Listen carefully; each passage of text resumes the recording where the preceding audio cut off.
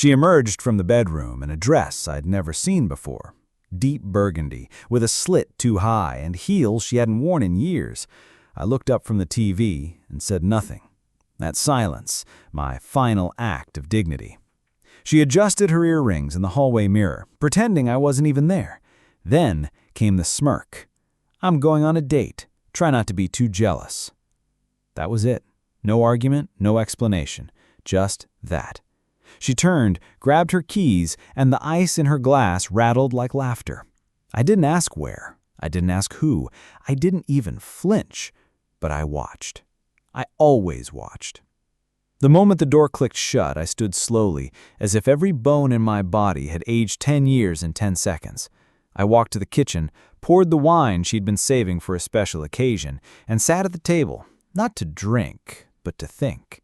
She hadn't taken her phone charger. She had taken her perfume. She hadn't hesitated, not even for a second. I opened my laptop, typed one word: betrayal. I didn't get far. A notification popped up, something I wasn't supposed to see. Her tablet had synced to the cloud again.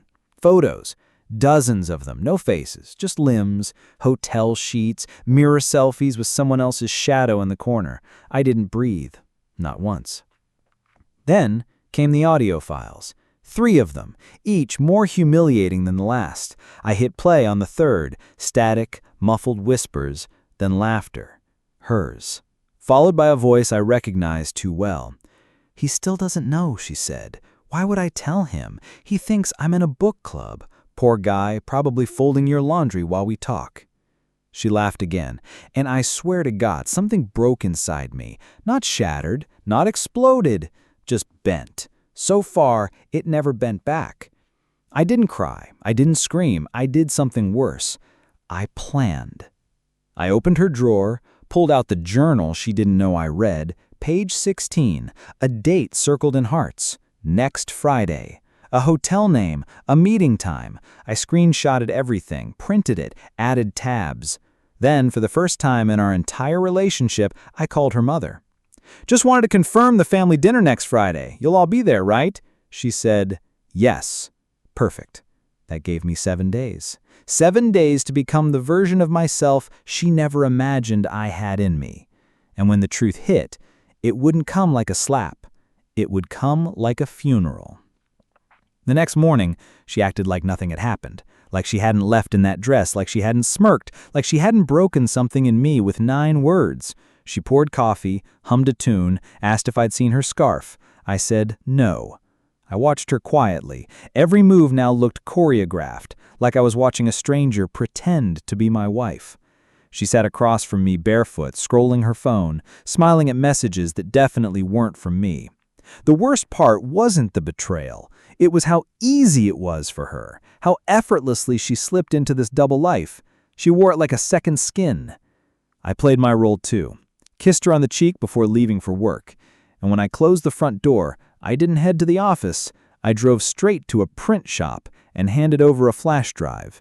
The man at the counter looked at the files, blinked, and asked, "Are you sure you want this printed? Front and back? Bound? Tabs separating the conversations? Glossy cover?" He nodded and said nothing more. That was day 1. By day 3, I had rerouted all our joint finances into a temporary holding account, legally, quietly. I consulted a financial advisor I met through a friend, a divorce specialist who now helped other men not lose everything to the people who had already taken too much from them emotionally. I wasn't bitter, not yet, just surgical. That night, she came home late again. I asked if book club went well. She said, "Incredible discussion. I wish you could have been there." Then she kissed me, and for the first time in our marriage, I felt absolutely nothing. No spark, no warmth, just numbness. I watched her undress, change into pajamas, crawl into bed, like she had already erased me. She reached for her phone and I saw it, the name glowing in the corner of the screen, Tucker. Tucker had been at our wedding. Tucker had toasted to our forever. Tucker once cried on our couch after his own divorce. I handed him a beer, told him not every marriage ends badly, told him to hang in there. He'd been hanging in my bed. The irony. I wasn't even angry at him, not in the way people expect. I was angry at myself for not seeing it sooner, angry that I let kindness blind me, that I believed respect couldn't be faked for this long. But she was a masterclass in deception. On day 5, I drove past the hotel from the photos. I walked into the lobby like I belonged there. I asked the front desk if I could confirm a reservation. Gave her name.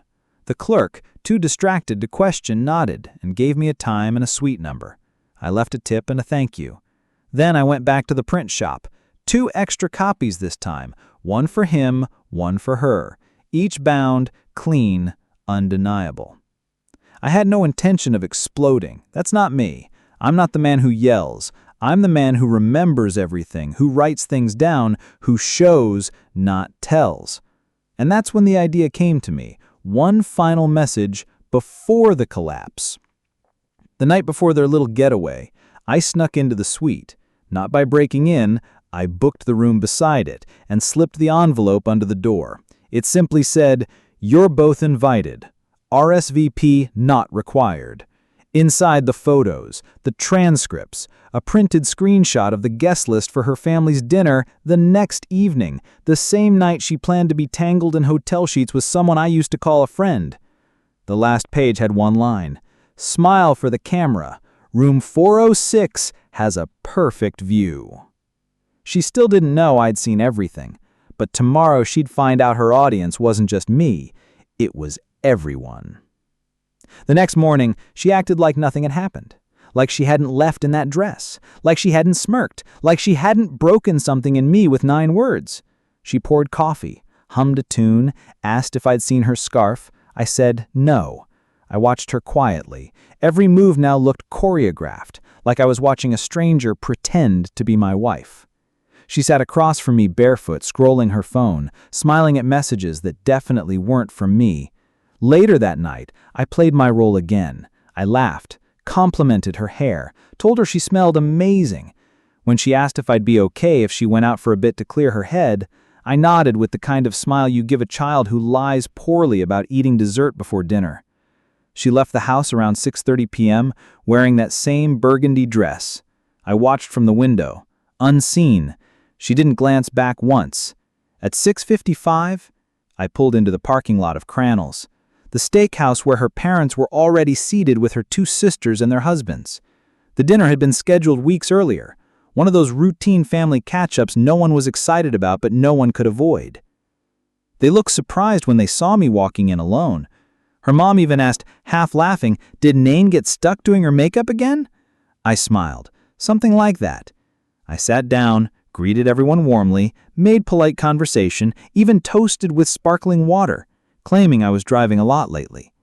Then, 10 minutes into the meal, I opened my bag and placed a single brown envelope in front of her mother. She looked at it confused. "What's this?" A mistake, but not mine. I handed out the others, one for each family member, and instructed them not to open it yet. Naen's father, always suspicious by nature, squinted. "Curtis, what's going on?" I looked him in the eye. "Everything in those envelopes is time-stamped, backed up, and includes audio. You don't have to read it now. In fact, I prefer if you waited until she arrives." "She's coming here?" her younger sister asked. I nodded. "Oh yes, any minute now." I didn't tell them she still believed she was heading to a luxury suite with Tucker. I didn't tell them she'd find a note taped to the inside of the hotel room door. The dinner date changed. Dress appropriately. At 7:26 p.m., just as her mother began to ask another question, the restaurant's main door opened. There she was, hair curled, heels loud, that same smirk that had started it all. Except this time, it evaporated the second she saw me, then her family, then the envelopes. She stopped walking. Her eyes darted between the table, the bag, the people she loved, and me. "Sit," I said. Not loud, not firm, just neutral.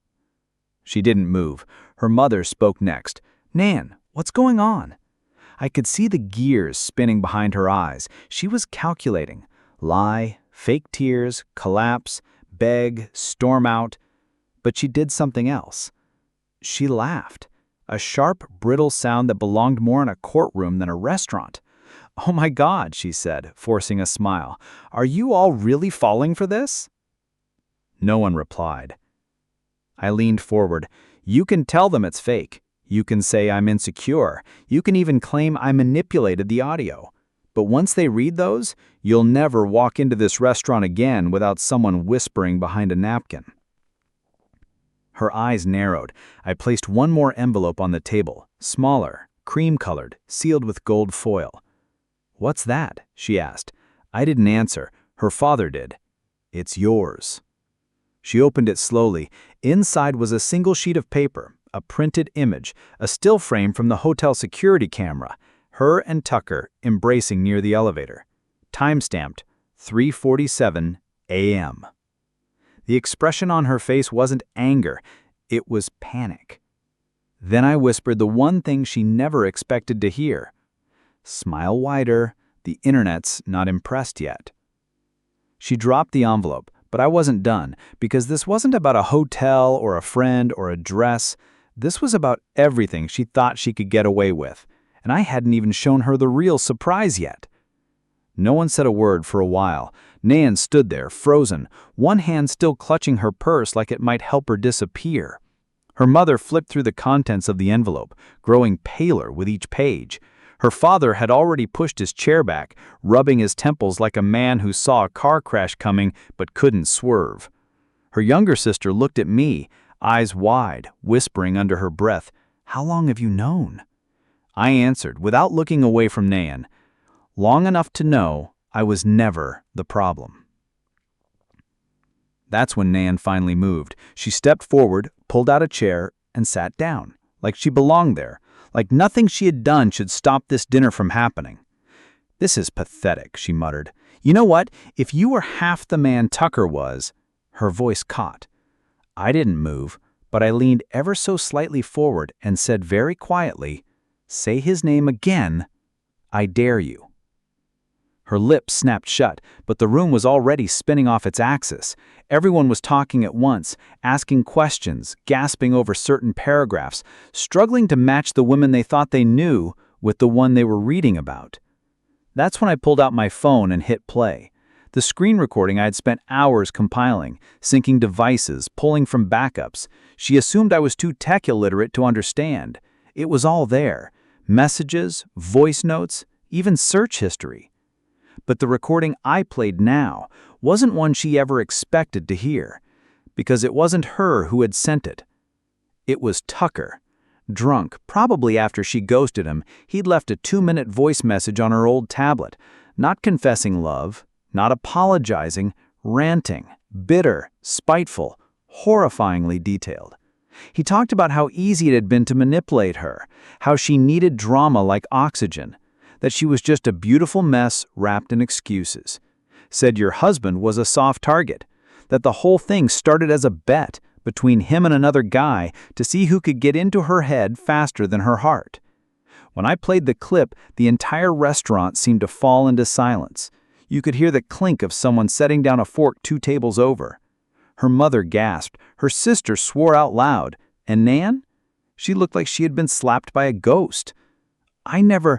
No, I cut in. You never thought I'd find it. That's the part that really bothers you. She turned to her parents, desperate now, pleading with her eyes. He's twisting this. He hacked me. I pulled out a small envelope, a business card inside, and passed it across the table. Independent forensic tech. I had everything verified and time-stamped. Nothing's doctored. You want to know how deep this goes? Check the deleted files, or the recovery bin she forgot existed on her tablet, or maybe the app that records her location history, and you'll see it matches the hotel visits perfectly. Naen stood. No, I'm not doing this. Her father spoke then, voice heavy with rage. Sit down. I'd never heard him speak like that. Naen had neither. She hesitated, halfway between standing and running. Her face was red now, eyes darting between her family, to me, to the table full of evidence. I stood up. You know what's funny? I said, sliding my phone into my coat pocket. This dinner wasn't even the endgame, just the preview. She looked confused, scared. I'm not going to drag you through court. I'm not going to fight over who keeps the dog, and I'm definitely not going to beg for answers. I already have all of them. I walked out before anyone else could speak, because the next part of this wasn't for a dinner table. It was for her inbox. And when she opened it, she'd find a link to a private video of herself, but she wouldn't remember recording it because she hadn't. She didn't text me that night, not even ask why or how or if I was serious. No, nothing. Just silence, like she'd vanished from the world. That was exactly what I needed. Because the video I sent her wasn't some trick, not a bluff, not security footage from a hallway. No, it was far more personal. It had been recorded 4 months ago, back when she still pretended to love me, back when her lies were so convincing I questioned my own gut. It was hidden inside a smart home device she didn't even know had storage. I'd bought a secondhand indoor security camera to monitor our dog while we were out. Small, discreet, tucked into the corner bookshelf in the living room behind some novels she never read. I had no real intention of spying on her, not at first, but one afternoon, troubleshooting it from work, I accidentally clicked into the archive. That's when I saw them. It was a quiet weekday, mid-morning. I was supposed to be at the office, but I'd forgotten my phone charger and returned home without warning. That's when I saw her on the video, alone, pacing in a robe, on the phone, laughing. Then Tucker appeared at the door. She opened it before he even knocked. What happened next was burned into my memory, not just the visuals, but her words, her posture, the way she mocked me while pouring him a drink, the way she called me sweet but dumb, how she stayed with me because I was low maintenance and predictable, that I was safe. Tucker laughed. You know he's probably at work thinking you're folding laundry or meal planning. She looked dead into the direction of the camera, not knowing it was there, and said, "He thinks I'm his wife. That's the funniest part." I never confronted her about it. Not that day, not that week. I just watched the entire betrayal play out, silently, from beginning to end, with no interruptions, no doubt, and no way for her to twist it into something else. And now that video was in her inbox, unedited, uncut, titled, "You said this to him about me." She couldn't delete it. I'd disabled that function. She couldn't forward it without revealing herself, and she definitely couldn't explain it away. Not with the timestamp, not with the angle, not with the voice inflection. The next morning, she called. I let it ring. Then she texted, "We need to talk, please. That video, that was taken out of context." Out of context. That phrase broke something loose in my chest, like all the little humiliations had finally stacked too high. I texted back only 2 words: check Dropbox. Inside the Dropbox were folders, every message she had ever sent to Tucker that I had access to. Voicemails, screen recordings, GPS logs showing her car parked at his house, even a copy of a doctor's bill she tried to hide. A medication she picked up under her maiden name. At the very bottom of the folder, one more video. This time it was me on screen. I had recorded it the night after the family dinner, sitting in our empty bedroom in front of the mirror she used to get ready for him. I didn't scream, I didn't cry. I just looked into the camera and said, "If you're watching this, it means you finally realized what you've done. Or at least you've run out of ways to hide it. You turned our marriage into performance art. Well, here's my final act. I'm not going to court. I'm not asking for a fight. I'm leaving the keys, the car, and the silence.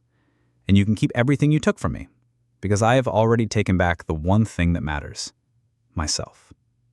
That was it. No mic drop, just truth. 2 hours later, her sister called me. She was furious, not at me, but at Naen. Said she'd seen the footage, the texts, the file. Said she felt sick. "Curtis, I don't know how you stayed sane through this." I didn't answer, because the truth was, I hadn't. Not really. Something in me had broken quietly long before this ever went public.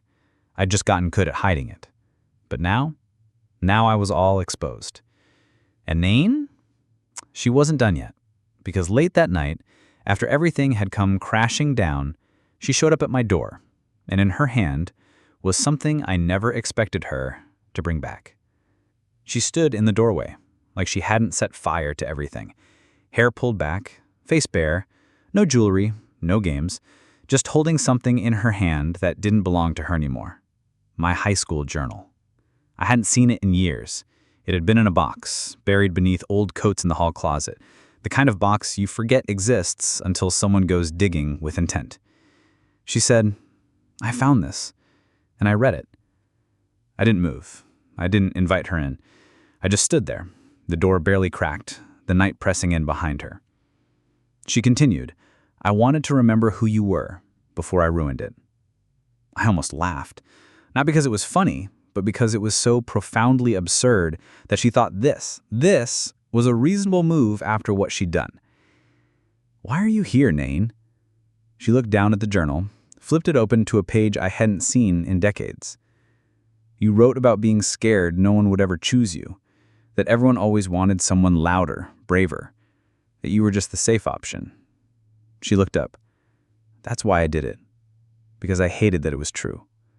There it was, her first attempt at repackaging my trauma as her justification. "You used my trauma as a cheat code for betrayal. Impressive." She flinched. Then she stepped inside. I didn't stop her. Maybe I wanted to see where this would go. Maybe part of me needed to hear it, the final excuse, the final attempt at rewriting the story in her favor. She sat on the edge of the couch, holding that journal like it was a dead bird. "I thought I'd feel powerful," she said, voice hollow. "Being wanted by someone like him, someone who made me feel dangerous. But every time I came home, you were still kind. Still folding my sweaters, still remembering I hate cinnamon. And that made me hate myself more." I stayed standing. She looked up at me again. "You were never boring, Curtis. You were just whole. And I didn't know how to live with that." "Then why didn't you leave?" I asked finally. "Why not just say it, pack your things, and go?" Her answer came fast. "Because you never would have stopped me. And that would have made me feel worse." There was the cruelty, wrapped in soft language. She wanted me to be the one to break. She wanted me to scream, cry, collapse, so she could convince herself that she was the victim of a love that drowned her. But I never gave her that. And now that she saw the wreckage she'd left behind, she had nothing to blame it on but herself. She stood, walked to the kitchen counter, and placed the journal down next to my keys. "I know you'll never take me back. I'm not here for that. But you need to know, I tried to stop myself. I tried to fix it." "No," I said. "You tried not to get caught. That's not the same thing." She nodded slowly, then reached into her coat pocket and pulled out something else, a USB drive. My stomach turned. "What is that?" Her eyes glistened. "Insurance. Against what?" "Him." Now I was listening. "He recorded things, private things. Told me if I ever ghosted him, he'd send them to you, to my job, to my parents. Some of them, I didn't even know he recorded." The blood drained from my face. "Tucker filmed you?" She nodded.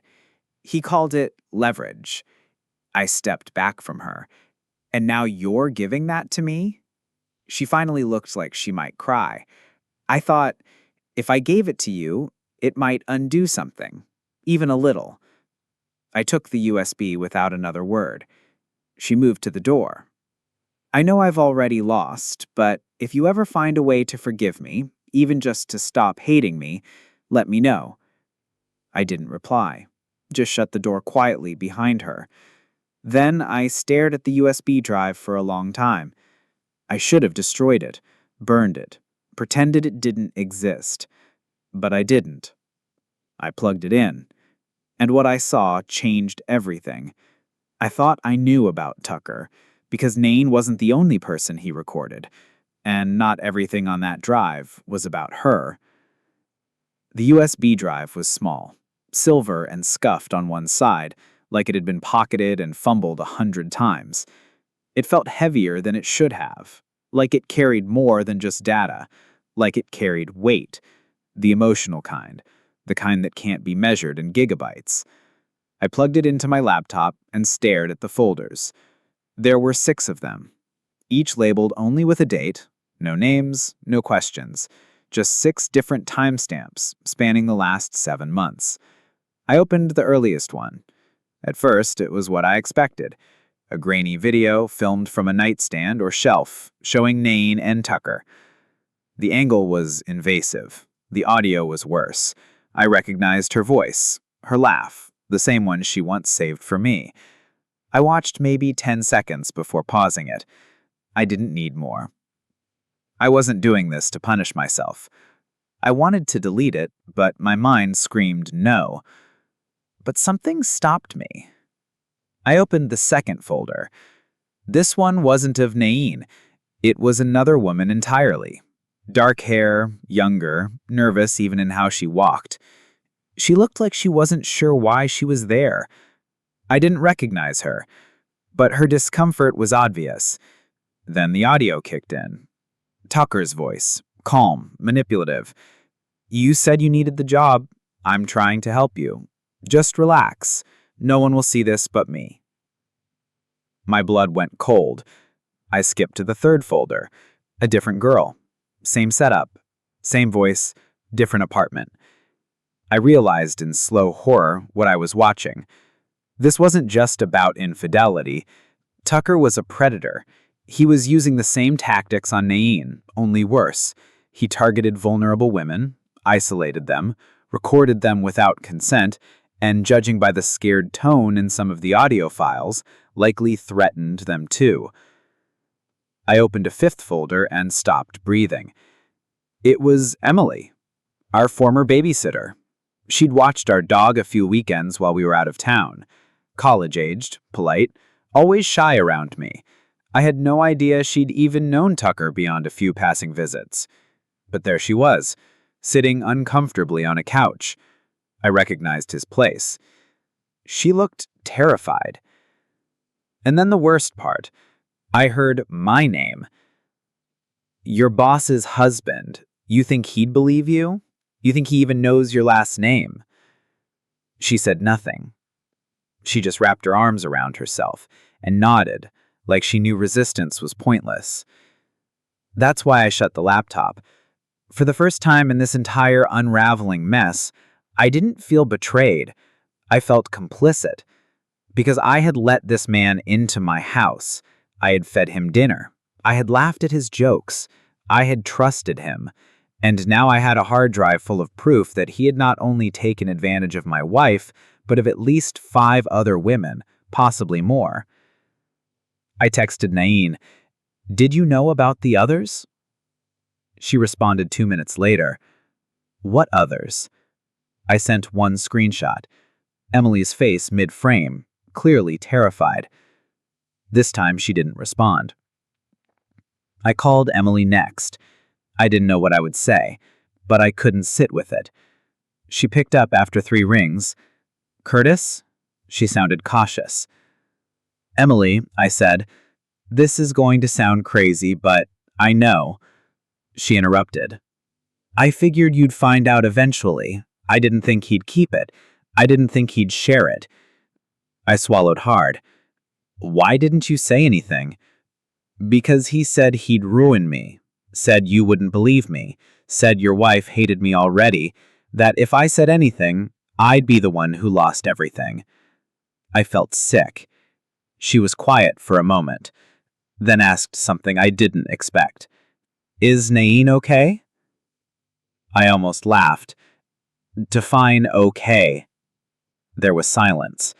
Then she added something I hadn't expected. "I am sorry, I should have told you sooner, but you were so decent. I didn't want to drag you into it. I thought you were the only one who didn't know." Her voice cracked. "But I guess now you do." After we hung up, I sat alone in the dark.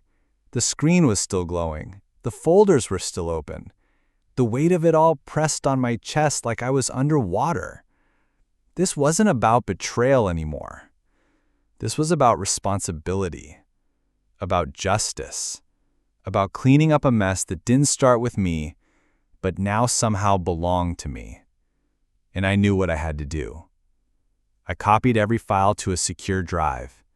Then I called someone I hadn't spoken to in years, my brother, a criminal defense attorney. And I said, very clearly, this isn't about a divorce anymore. It's bigger. I have evidence. A lot of it. And if I go down, I'm not going down alone. He paused, then replied, come by the office first thing, and don't tell anyone else. I met my brother at his law office early the next morning. We didn't hug, we rarely did. But the look he gave me said everything. This isn't going to be easy, but you did the right thing.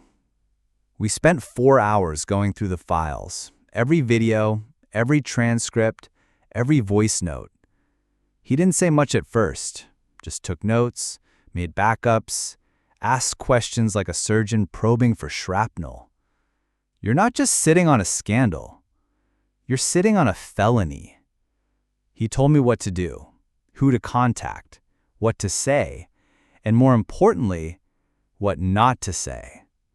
By noon, we had a plan.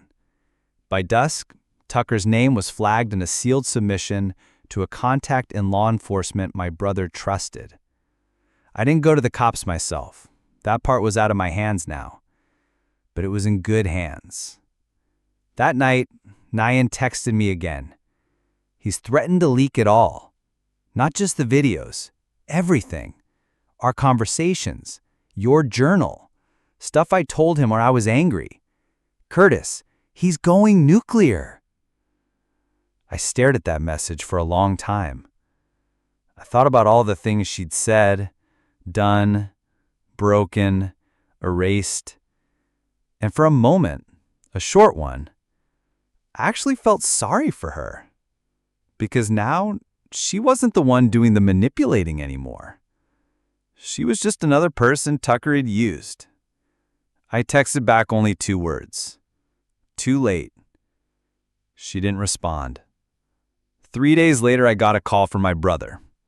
They picked him up, quietly. Won't hit the news until charges are filed. But he's not walking away from this. Kurt, you stopped him. I didn't feel triumphant. I didn't feel proud. I felt clean. Like a storm had rolled through, wrecked the house, and then left everything strangely peaceful. I moved out a week later. Not because I had to. The house was in my name. But because I didn't want to breathe air that still remembered her. I rented a place across town. Small, minimal, quiet. No shared closets, no leftover perfume in the fabric of the walls. The divorce was uncontested. She didn't ask for anything. I think she knew she'd already taken enough. Months passed. I started running again. I took a pottery class. I read novels instead of emails. I slept through the night without waking up angry. And for the first time in years, I stopped checking over my shoulder for the next betrayal. I met someone eventually. Her name was Camille. She had kind eyes and a laugh that wasn't forced. We met at a bookstore over a copy of a forgotten novel we both admitted we'd never finish. She asked if I wanted to grab coffee. I said yes. We didn't talk about exes. We talked about music and dogs and the way the world looks better when you're finally out of someone else's shadow. The first time she came into my apartment, she looked around and smiled. It feels peaceful in here. And that's when I knew I was finally free. Not just from Naen, not just from Tucker, but from a version of myself who believed being quiet meant being weak, who thought loyalty meant staying even after the truth had rotted through the floorboards. That man was gone. What remained was someone honest, someone healing, someone whole. And for once, for the first time in a long time, I didn't feel like I needed to explain any of that to anyone. Because finally, I had peace. And this time, I wasn't going to let anyone take it from me.